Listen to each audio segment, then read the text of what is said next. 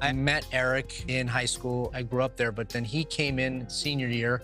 We just started chatting, and then it turned out that he's on the tennis team. I was gonna be on the tennis team. We then kind of hit it off, and I became friends with him, and I was hanging out with Lyle as well. We were good friends, all three of us. It was a very ambitious family, which was not so unusual in Beverly Hills.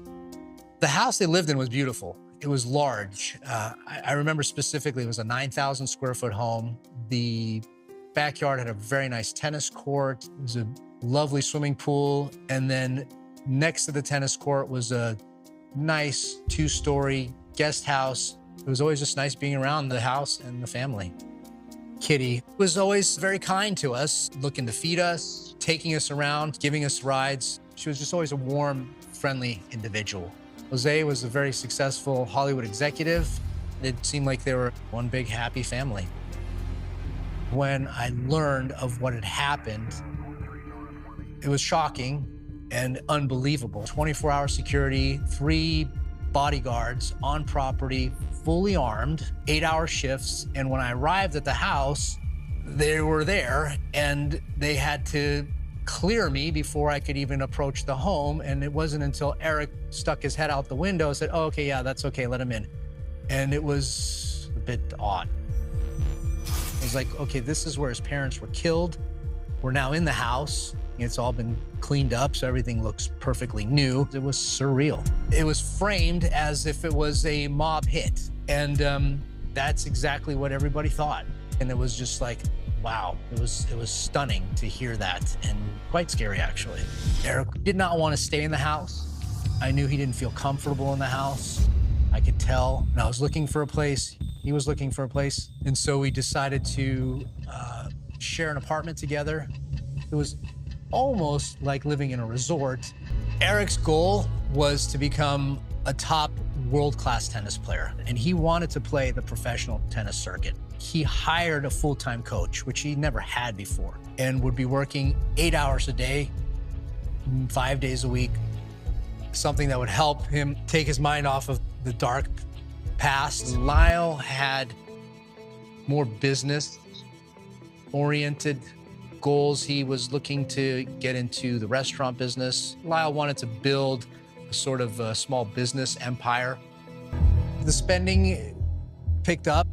Eric and I, we had to furnish our apartment, so I helped him shop around for a couch and the TV and the pool table, that kind of stuff.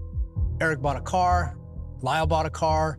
Eric loved the movies, and since Jose was very successful in the film business, there were times where Eric would have access to a tape of a movie that had just been finished but wasn't even out in the theaters yet. He was very passionate about film and writing. He wanted to write screenplays. It was just too shocking.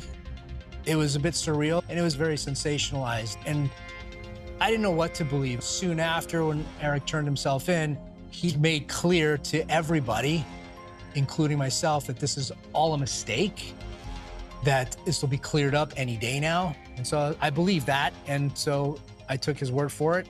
It was shocking, it was sad, it was surprising, but at the same time, family secrets can run deep. Something sinister below the surface had to be taking place, because you can't just do something like that if you love your mom and dad.